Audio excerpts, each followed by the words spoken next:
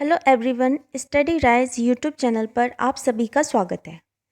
तो जैसा कि आप सभी जानते हैं, हमारी यूपी टीजीटी पीजीटी राजनीति शास्त्र की क्लासेस चल रही हैं। ये है प्रैक्टिस सेट नंबर 49। जिसने 48 नहीं देखे हैं तो वो लोग प्लेलिस्ट में जाकर देख सकते हैं। एक अलग से प्लेलिस्ट बनी है यूपी टीजीटी पीजीटी राजनीति शास्त्र करके एक अलग से प्लेलिस्ट बनी हुई है, जहाँ से आप सारी वीडियोस चेकआउट कर सकते हैं और अपनी तैयारी भी स्टार्ट कर सकते हैं। तो जो आज का जो टॉपिक है वह है राजनीतिक दर्शन, और जिसमें सब टॉपिक है भारतीय एवं पाश्चात्य राजनीतिक सिद्धांत। तो इसकी पहली क्लास हो चुकी थी, यानी प्रैक्टिस सेट नंबर 48। ठीक है, ये है आज क्लास नंबर 2। तो आज हम ये वाला टॉपिक कंप्लीट करेंगे। तो जितने भी प्रश्न आ चुके हैं प्रीवियस ईयर में या फिर जितनी बनने की संभावना है, वह सभी आज हम इस वीडियो में कवर करेंगे। तो चलिए फिर वीडियो स्टार्ट करते हैं। और जो लोग चैनल पर पहली बार आए हैं तो चैनल को ज़रूर सब्सक्राइब करें, साथ ही साथ बेल आइकन को भी प्रेस कर लें, जिससे कि वीडियो की नोटिफिकेशन आपके पास सबसे पहले पहुंच जाए। और यूपी टीजीटी पीजीटी राजनीति शास्त्र के अलावा यूपी पीजीटी समाजशास्त्र की भी क्लासेस चल रही हैं। जो भी बच्चा उसकी तैयारी कर रहा है तो वह हमारे यूट्यूब चैनल से ज़रूर जुड़े और अपनी तैयारी को एक सही दिशा प्रदान करे। तो चलिए फिर आज की वीडियो स्टार्ट करते हैं। तो आज जो पहला क्वेश्चन है ये है, किसने कहा कि आधुनिक सभ्यता 4 दिन की चांदनी है? ऑप्शन दिए गए हैं इसमें, विवेकानंद, टैगोर, गांधी या फिर अरविंद। तो ये यूपी पीजीटी परीक्षा 2021 में पूछा गया प्रश्न है। तो बताइए, किसने कहा कि जो आधुनिक सभ्यता है वह क्या है, 4 दिन की चांदनी है? तो ये कहा है option number C, Mahatma Gandhi ने। ठीक है, किसने कहा है? महात्मा गांधी ने कहा है। तो महात्मा गांधी जी ने जो आधुनिक सभ्यता है उसकी आलोचना करते हुए कहा कि वह क्या है, सिर्फ 4 दिन की चांदनी है। ठीक है, गांधी जी ने अध्यात्म तत्व की प्रधानता में विश्वास रखते थे और उनके अनुसार यह भौतिक संसार और इसकी चमक दमक नश्वर है। सांसारिक जीवन में उन्नति के लिए आध्यात्मिक जीवन का तिरस्कार करना बुद्धिमानी नहीं है। गांधी जी ने आधुनिक सभ्यता का विरोध इसलिए नहीं किया कि वह पाश्चात्य या फिर वैज्ञानिक थे, बल्कि इसलिए किया कि वह अपनी प्रकृति में भौतिकवादी एवं शोषण परक थे। तो ये सभी क्या है, गांधी जी के विचार हैं। तो इसमें जो राइट आंसर हो जाएगा ये हो जाएगा option number C, Mahatma Gandhi. Next question क्यों बढ़ते हैं, क्वेश्चन नंबर 2। परमात्मा सत्य है और सत्य ही परमात्मा है, यह कथन किसका है? हीगल का है, गांधी का है, मिल का है या फिर बेंथम का है? तो ये कथन किसका है कि परमात्मा सत्य है और सत्य ही परमात्मा है? तो ये जो कथन दिया है ये दिया है option number B, Mahatma Gandhi ji ने। ठीक है, किसने दिया है? महात्मा गांधी ने दिया है।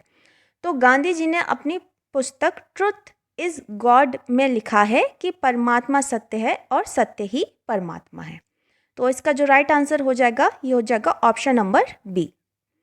नेक्स्ट क्वेश्चन की ओर बढ़ते हैं। राज्य के संबंध में गांधी जी के विचार इनमें से किसके निकट थे? दार्शनिक अराजकतावादी, सामूहिकतावादी, नैतिक अंतर्निहितवादी या फिर उपयुक्त में से कोई नहीं? तो राज्य के संबंध में अगर हम गांधी जी के विचार की बात करते हैं तो सबसे उनके नज़दीक या पास कौन से विचार थे? तो ये थे ऑप्शन नंबर ए, दार्शनिक अराजकतावादी। ठीक है, दार्शनिक अराजकतावादी। तो राज्य के संबंध में गांधी जी के विचार दार्शनिक अराजकतावादी थे, क्योंकि गांधी राज्य विरोधी थे। वे मार्क्सवादी तथा अराजकतावादियों के समान एक राज्य विहीन समाज की स्थापना करना चाहते थे। वे दार्शनिक, नैतिक, ऐतिहासिक और आर्थिक कारणों के आधार पर राज्य का विरोध भी करते थे, और उनके सिद्धांत को क्या कहा गया है? दार्शनिक अराजकतावाद सिद्धांत कहा गया है।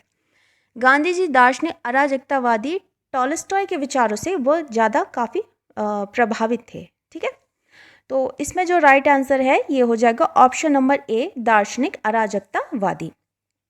अगर आप प्रश्न के साथ साथ अगर व्याख्या भी अच्छी तरह सुन लेंगे तो इसमें आपका बहुत ही ज़्यादा लाभ होगा। ठीक है, तो व्याख्या जरूर आप सुनते जाइए।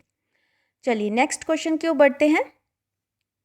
राजनीति के गांधीवादी मॉडल में निम्न में से कौन सी विशेषता नहीं है? नीति, धर्म, मानवता या फिर सत्ता?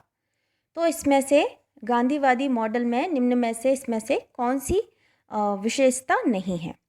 तो इसमें जो राइट आंसर है ये है ऑप्शन नंबर डी, सत्ता। कौन सी नहीं है? सत्ता नहीं है।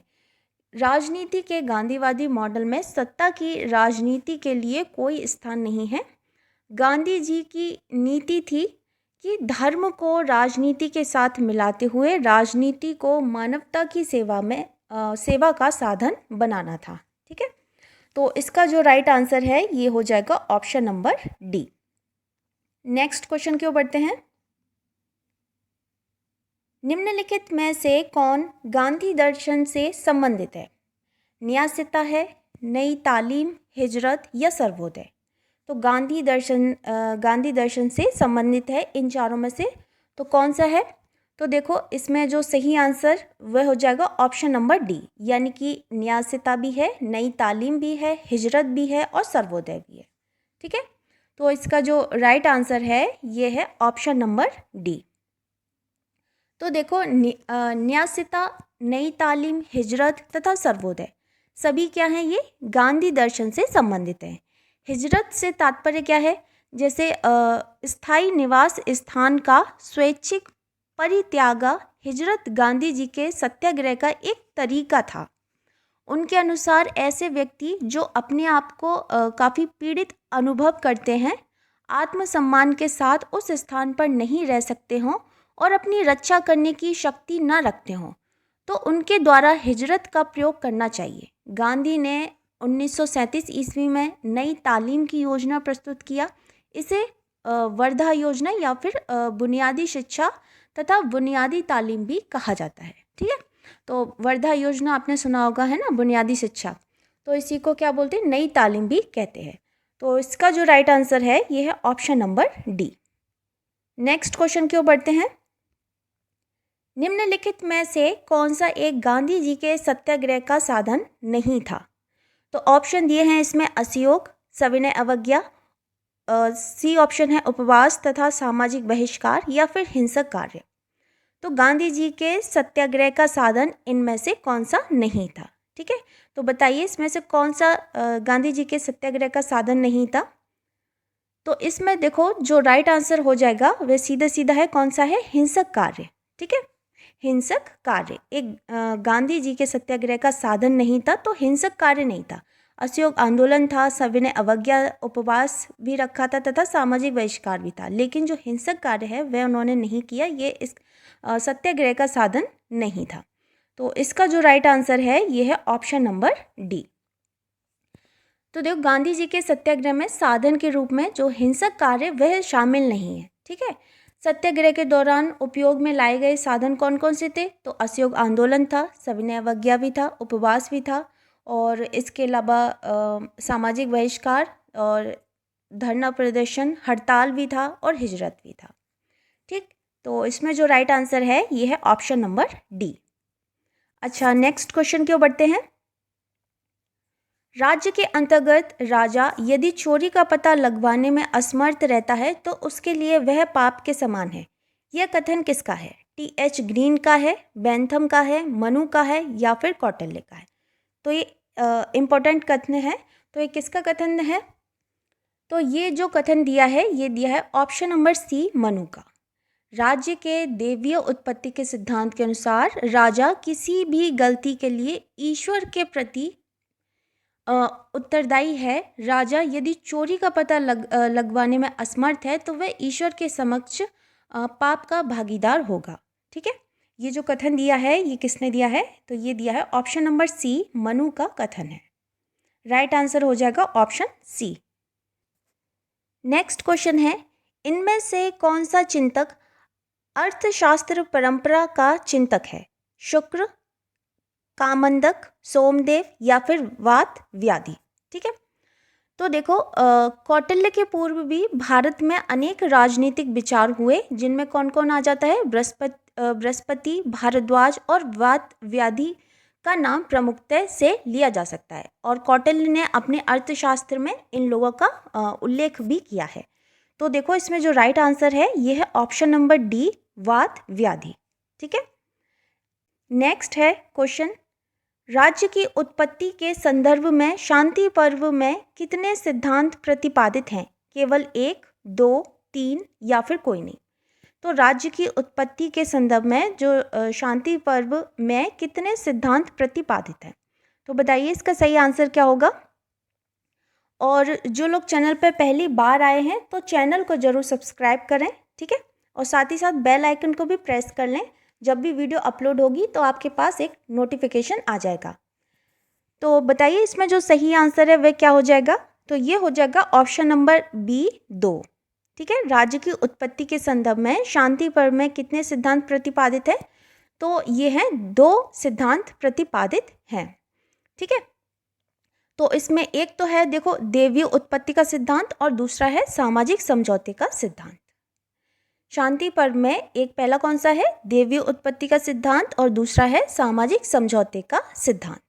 तो इसमें राइट आंसर हो जाएगा ऑप्शन नंबर बी।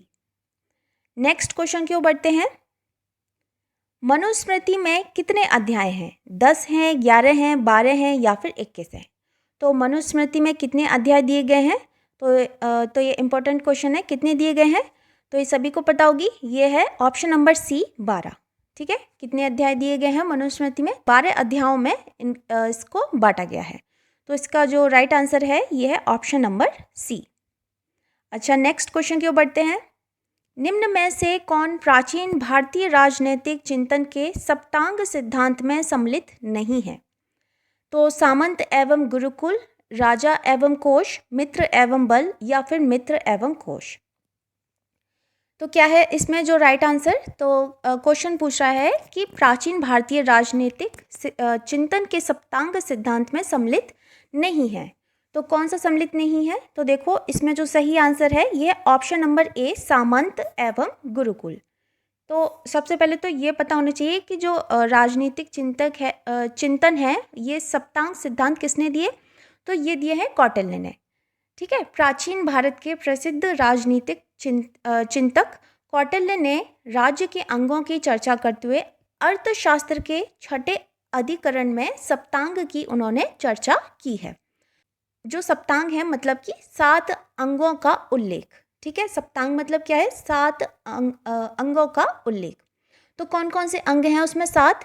तो देखो पहला तो है राजा यानी कि स्वामी, दूसरा है अमात्य अथवा मंत्री, तीसरा है जनपद या प्रादेशिक क्षेत्र, चौथा है दुर्ग या किला, पांचवा है राजकोष, छठवां है दंड और सातवां है मित्र, ठीक है। अतः सामंत एवं गुरुकुल का उल्लेख इसमें नहीं है। तो वही पूछा था हमसे कि इसमें कौन सा उल्लेख नहीं दिया गया है। तो इसका जो राइट आंसर है यह है option number A. Next question की ओर बढ़ते हैं। कौन भारतीय राजनीतिक व्यवस्था के विभिन्न स्तरों पर विभिन्न राजनीतिक शैलियों के प्रचलन की बात करता है? M Weiner, Edward Shils, Rajni Kothari या फिर मॉरिस जॉन्स? तो कौन भारतीय राजनीतिक व्यवस्था के विभिन्न स्तरों पर विभिन्न राजनीतिक शैलियों के प्रचलन की बात करता है? तो देखो इसमें जो सही आंसर है यह है option number D Morris Jones. कौन करता है? मॉरिस जॉन्स करता है। तो इसमें जो सही आंसर हो जाएगा यह हो जाएगा option number D. Next question. Manu के अनुसार निम्नलिखित में से कौन राज्य के अंग नहीं है? ठीक है, इसमें पूछा है कौन राज्य के अंग नहीं है। तो ऑप्शन है राजा, पुरोहित, अमात्य या फिर कोश। तो बताइए कौन इसमें से राज्य के अंग नहीं है? तो देखो राजा भी है और अमात्य भी है, कोश भी है, तो कौन नहीं है? पुरोहित नहीं है। ठीक है, पुरोहित नहीं है। तो जो इससे पहले जो क्वेश्चन था सप्तांग सिद्धांत, वो आप सातों याद कर लेना। इसमें से कई बार ऐसे ही क्वेश्चन पूछा जाता है कि इसमें से कौन सा नहीं है या फिर कौन सा है ना। तो ये जो क्वेश्चन है ये बहुत ही ज़्यादा इम्पॉर्टेंट है। ठीक है, तो इसका जो राइट आंसर है ये है option number B. Next question.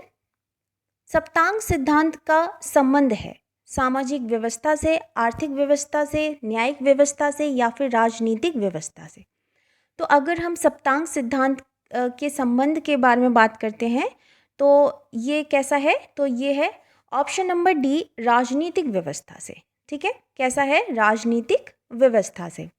तो भारतीय राजनीतिक चिंतन में राज्य का सप्तांग सिद्धांत महत्वपूर्ण अवधारणा है। इस सिद्धांत के आधार पर राज्य के प्रमुख 7 अंगों का वर्णन किया है। कौन कौन से हैं एक बार हम और रिपीट कर लेते हैं।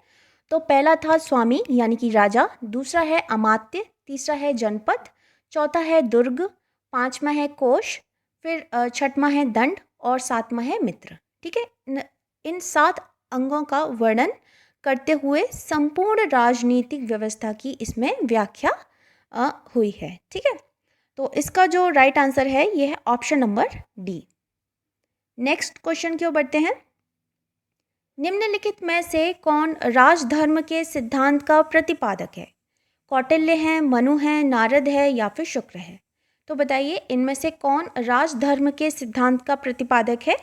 तो ये इसमें जो सही आंसर है ये हो जाएगा ऑप्शन नंबर बी, मनु। कौन है? Option number B, Manu. तो देखो, मनुस्मृति के जो 7वें अध्याय में राजधर्म की चर्चा की गई है। मनु ने मानव जीवन को उन्नत, प्रगतिशील और राष्ट्र रक्षा, राजधर्म और मानव धर्म के मापदंडों के द्वारा राज्य को सुबल और सुव्यवस्थित बनाने का महत्वपूर्ण कार्य किया है। तो इसका जो राइट आंसर है यह है ऑप्शन नंबर बी। अगले प्रश्न की ओर बढ़ते हैं। निम्नांकित में कौन उदारवादी नहीं था?